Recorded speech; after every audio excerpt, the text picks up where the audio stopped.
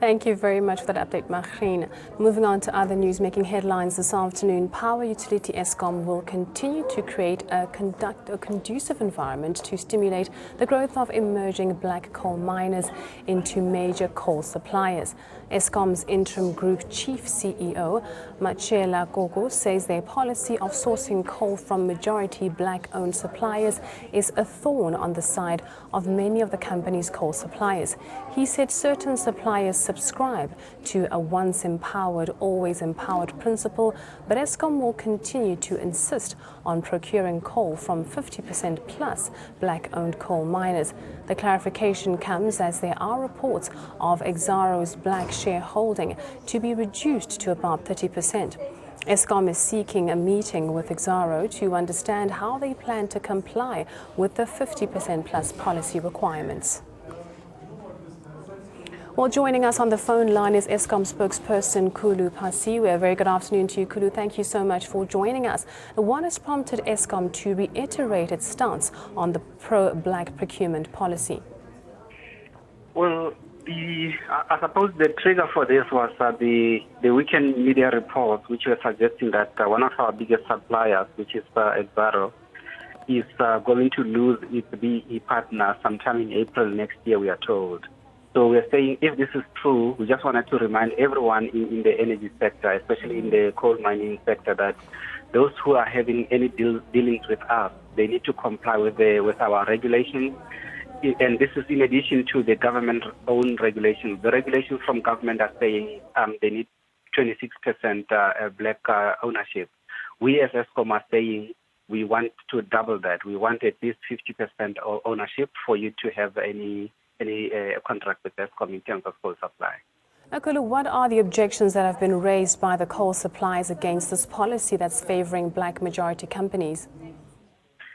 Well, some of these companies essentially don't want to transform, and a classic example would be, in our case as Eskom, some of our contracts that we have were signed in the 1970s, obviously long before the democratic dispensation.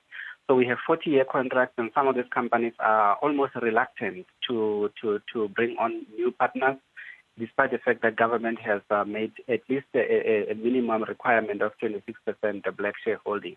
So we as a company are saying we want to use our buying power to make sure that we effect the change that is long overdue. And what will happen to if a current supplier actually fails to meet this criteria? If perhaps they used to be 50% owned and then they have sort of a reshuffling within that particular supplier's company and now they fail to meet your criteria, what will you do? Will you terminate your contract with them? Well, we will seek legal advice from our legal people, basically just to see as to what the remedial action could be there. But remember, the contracts have to be sort of fulfilled. If you have a contract with someone, then you go according to the specifications there. But if either one of the partners, for example, when we signed the contract with them, there were commitments that they would either have a black ownership within a particular period of time, or by the time they were signing, they already have them. So if one of those conditions change, then obviously it changes the whole setup, which is why from time to time we will be getting advice from our legal advisors to see as to what remedial action we can take. This reiteration of your policy was sparked by, as you said, Exxaro possibly having to reduce or restructure or lose their BE partner. What's going to happen to your partnership with Exxaro in the event that happens next year? Will you also just seek legal advice on the matter? Well, we are hopeful that we're not going to get to a position where Exxaro loses their partner forever. So, which is why we want to have a meeting with them, because they probably have a plan as to how they're going to bring on board another BE partner, or some other plan that they would have to mitigate against them losing this 50% plus of BE shareholding.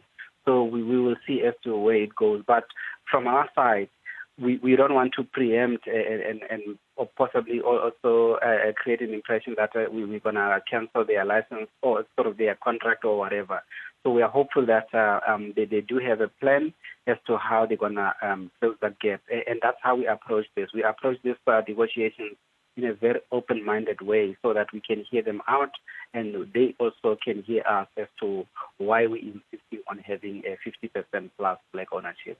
Well, thank you so much for your time. That was Khulu Phasi, with the spokesperson of Eskom.